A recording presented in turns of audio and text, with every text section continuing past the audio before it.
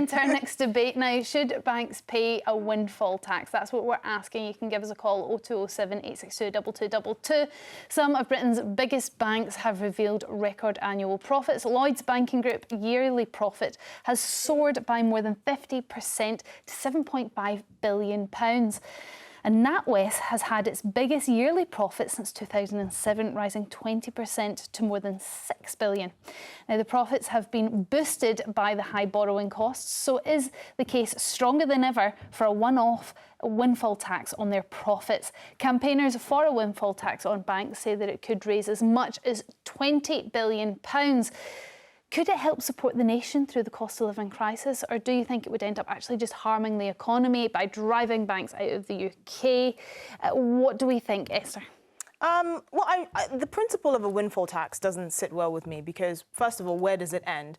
You know, we were happy to say, oh, these businesses have made too much profit. But if someone is selling a loaf of bread at a corner shop for 50p extra, he's making extra profit as well. Are we happy to take that money off that particular business? Most people think, oh, they have more money to spare, but actually that rich person could easily be you, right? If you're happy to set a precedent that the government can take money from businesses or from individuals because they have too much of it, that could eventually be you. And also, I think in terms of just business culture, it's a horrible precedent to set. I mean, you drive off investment because they think actually if you're too successful, we're going to use your excess money to plug a hole in government finances instead of actually addressing the lack of productivity or the fact that the government doesn't manage our money very well or just actually tackling underlying issues. And also, linking it to the cost of living crisis is very strange. They didn't steal the money from us. This is the nature of the economy, it's the business climate. Oh, they did. That's why they've made excess profits. Well, I mean, then stop banking. We are being done over at the moment by a whole slew of companies that have put their prices up to absolutely obscene levels, turning over obscene profits,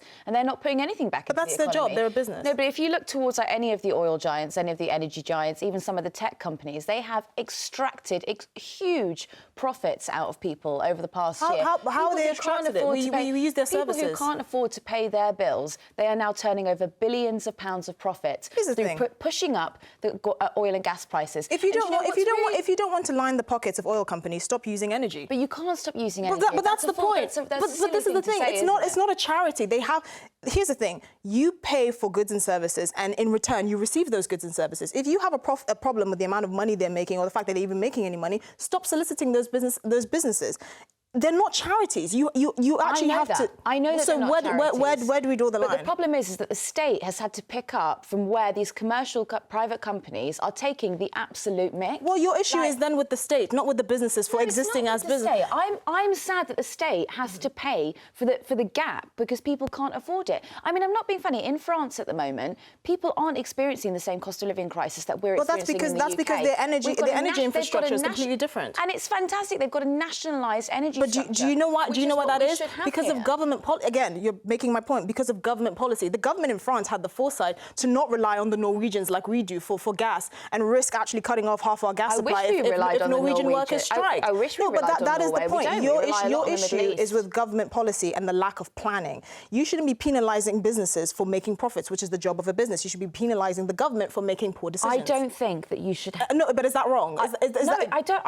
Am I right? I partly agree with you, but I do think that you shouldn't be. I'm sorry, I don't agree with the concept of being a billionaire, and I don't agree with the concept of turning over it exists because some people produce goods and services that are of such high value that they can make billions off of it. Who work extremely hard. I mean, if you look at the moment, you think about the teachers, you think about nurses, they are breaking their backs, and all of their spare cash is going in to these big companies to make huge profits. But they're not stealing the money. They're not stealing. Theft. That's not theft. They're not stealing the money. They're providing you with services. If you don't like it, don't use it. Just so we can all get a better idea of what's actually happening. Joining us now is financial journalist Jasmine Birtles. Jasmine, thank you very much for joining us on this. Do you think it's fair to say that, I don't know, banks are profiteering from our misery?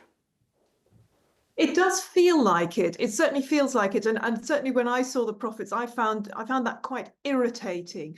But when it comes to a tax windfall, a windfall tax, I'm also very nervous about it. You know, the thing about tax is that no taxes are fair to whoever is being taxed. But when it comes to what works, you have to think about really what is going to be reasonable, what will work in the long term. And I do agree that a windfall tax, though it feels right at the time, you think, how dare they, while we're all suffering, etc.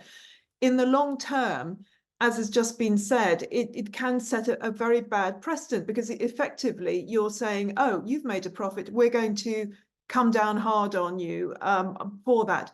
One thing, though, that I would say about banks is that if you go back to 2008, the financial crisis, we bailed out the banks.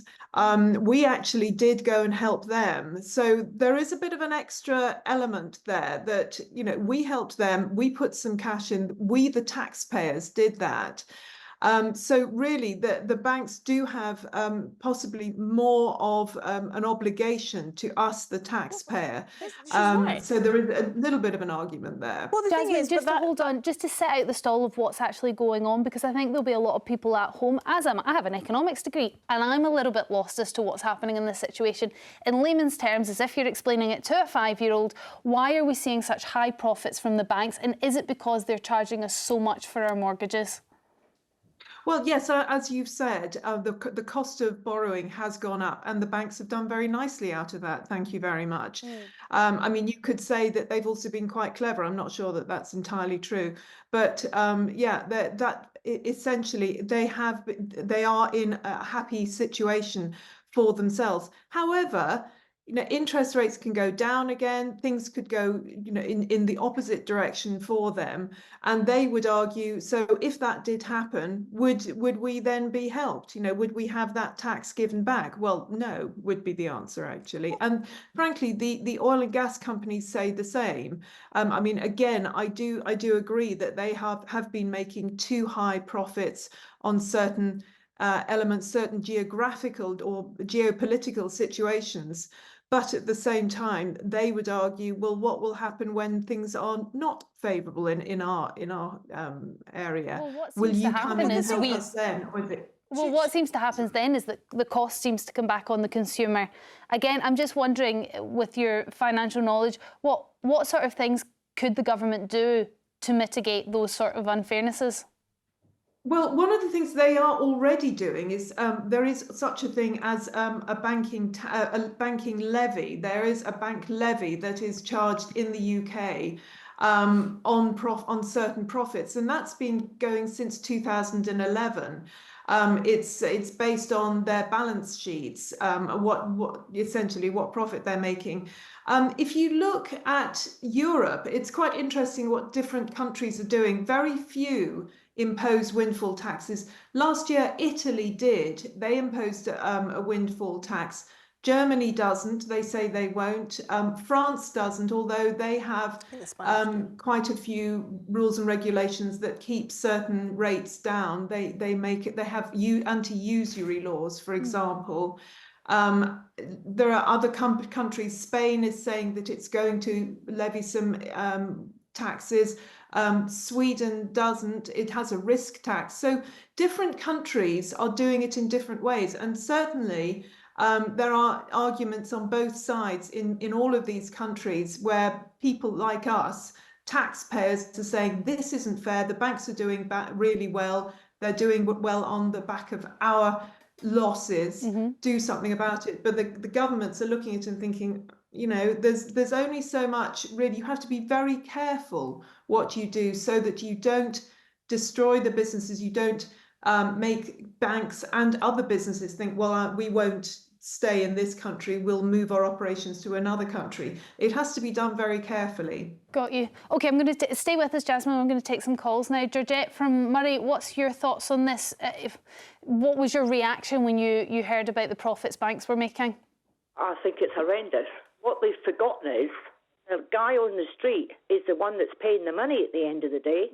They've shut most of the banks around the place. There's very, very few cities got banks in them now. I live in a village. There were 5 banks here when I moved up here, 2010. We've now got 1. Look at the amount of money they're saving on the rates on these places, for instance. I mean, banks went bust. It was us that picked them up at the end of the day, I being the consumer. I just think it's horrendous. I'm lucky that we managed to pay off our mortgage. People that have got taken out mortgages, it must be horrendous. Yeah. I'll certainly pay afford to keep my mortgage going if I was still living, you know, I used to live down south, and at the time, I'm going back 14 years ago, my mortgage was £1,400 a month. I shudder to think what I would have been paying now. Yeah, Georgia, I think it's news. I think they should put some of that money back. Georgia, it's a struggle for a lot of people out there. But I suppose when you think about it in terms of you want banks to be good with money because that's kind of their business. So it shouldn't really surprise us when they start making incredible profits. And actually, Georgia, what's the alternative? We all use a bank. We all need a bank. And if they all just leave because we're taxing them too much, and anytime they make any kind of profit, we're putting a windfall tax on them, they all leave. Where does that leave us? At the end of the day, why shut all the branches? I'm 67. I think that's a separate not exactly issue. Elderly, but there's a lot of elderly people around the village who can't get to a bank. I think that's a separate issue. I do think there's a valid point to be made that why do we bail out banks for their bad decisions? Because ultimately, if they're taking the risk as a business, they should be rewarded for their profits. But if they're making poor decisions, they should also take that risk. And we shouldn't have bailed them out. I absolutely believe in that argument. If we didn't bail them out, everyone would have lost their money. Yeah, but the thing is, you're creating a poor incentive structure because actually you're not incentivized to behave properly because you know that the government will bail you out. Which brings me back to my original point, which is government policy and bad incentive structures. But at the end of the day, the principle of a windfall tax is flawed because you don't want to punish someone for making excess profits because it starts with banks and tomorrow could end up on someone who owns a corner shop for selling 50p, for selling a slice of a loaf of Hovis bread for 50. No, but the thing is, it's the same principle.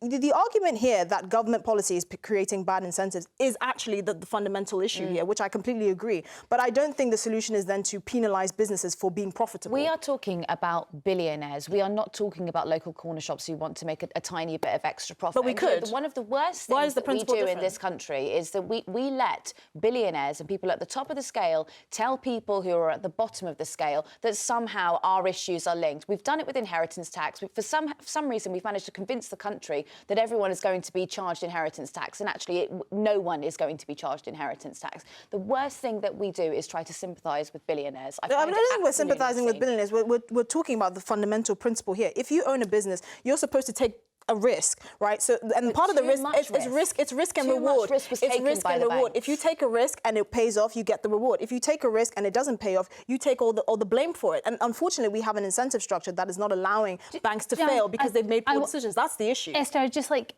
Jasmine to come back on that comment because I think that's really interesting, and that might be actually where our problems are with banks, that actually when they get into real problems, we have to bail them out, and then when they're doing really well, they just take home the profits. Well, exactly, yes, and I agree. At the time, I remember in 2008, I thought, oh, of course, the banks need to be shored up because, we ourselves would lose our money. Now, though, we have the Financial Services Compensation Scheme, which covers the first 85,000 of your money. I think that is enough. And if a bank fails now, we should let them fail. I totally agree. They're businesses. They are actual businesses. They make a profit. If they make a profit, fair enough, they can have that profit. But if they lose, then they lose, like any other business. And I think this is something we have to accept. And if we don't want a bank like that, then we have to set up a national bank, which was something that was suggested. I mean, we did have one. It turned into the Alliance in Leicester back in the 60s, 70s. And so a national bank would, I think, be the only other possibility if we're unhappy at the idea of having banks that are businesses that can make profits, but could also, like any business, potentially fail. Really interesting. I think lots of people will be very annoyed at the news this morning. But there you have it. Thank you very much, Jasmine, for joining us on that discussion. We're going to have to move on after the break. Should the NHS start charging for certain treatments in order to save money? 0207 862 2222 is the number for your thoughts on this, and we'll speak to you after the break.